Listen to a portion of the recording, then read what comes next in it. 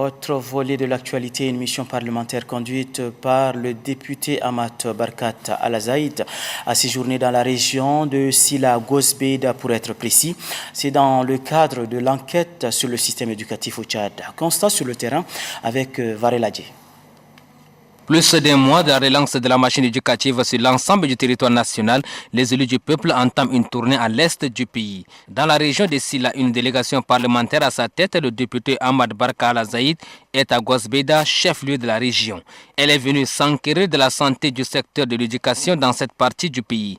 L'équipe du député Ahmad s'est rendue d'abord pour constater la bonne reprise des classes et en second lieu, encourager les enseignants qui traduisent dans les faits la vision du président Déby qui place toujours la question de l'éducation et de la jeunesse au centre de ses préoccupations. Des sujets relatifs au fonctionnement des établissements scolaires ont occupé la charpente de la rencontre. Ils se résument à l'état des infrastructures, à la qualification du corps enseignant et bien d'autres. À toutes ces préoccupations, la mission dit avoir pris bonne note et les éléments de réponse compilés feront l'objet des rapports qui seront soumis aux instances de la République. Dans le même registre, une autre équipe de députés s'est également rendue dans le Hadjar Lamis pour les mêmes objectifs. Sur place, la mission a eu plusieurs activités avec les responsables en charge de l'éducation. Kalianga Foudna.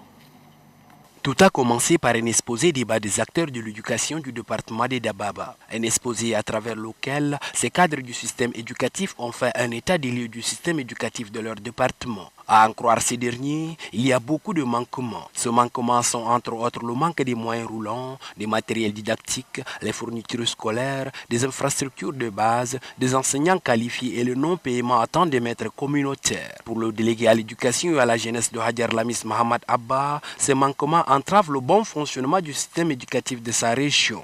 Le chef des missions d'enquête parlementaire, Lamda Taria, dit avoir pris bonne note de toutes leurs doléances. Il rassure de les transmettre à qui des droits. Juste après cette rencontre, l'équipe de la mission composée des députés Lamda Taria, Cheikh Abakar Hassan, Mohamed Djibril Nimir, Nouracham Ramadan et Al-Khalil Mohamed Ramat ont visité quelques établissements scolaires de Bokoro. But de cette descente, s'imprégner des réalités du terrain.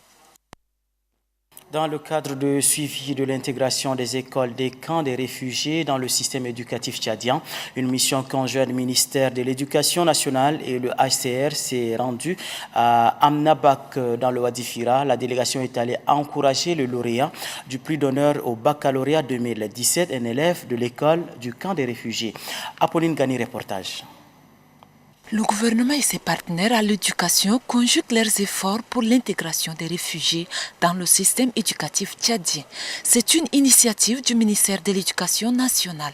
Ainsi, pour joindre l'acte à la parole, une cérémonie de remise d'un prix à l'un des bacheliers réfugiés a réuni plusieurs personnalités et les parents d'élèves. C'est Chérif Youssouf Dogo, ce jeune réfugié, a remporté le prix d'honneur. Il est l'un des majors des 107 meilleurs candidats au baccalauréat tchadien 2017.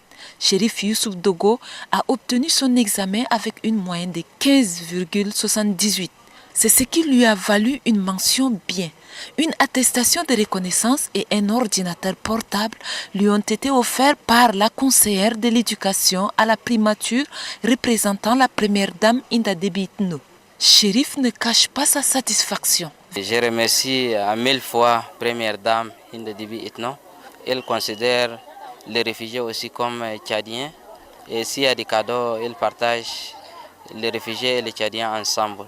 À cette occasion, la conseillère à la primature a tiré les leçons des examens nationaux au cours desquels les élèves réfugiés ont réalisé des résultats encourageants. Les réfugiés et autochtones des différents camps de réfugiés du département d'Iriba dans le Wadifira sont satisfaits du soutien multiforme du gouvernement et du Haut Commissariat des Nations Unies pour les réfugiés pour améliorer le système éducatif tchadien.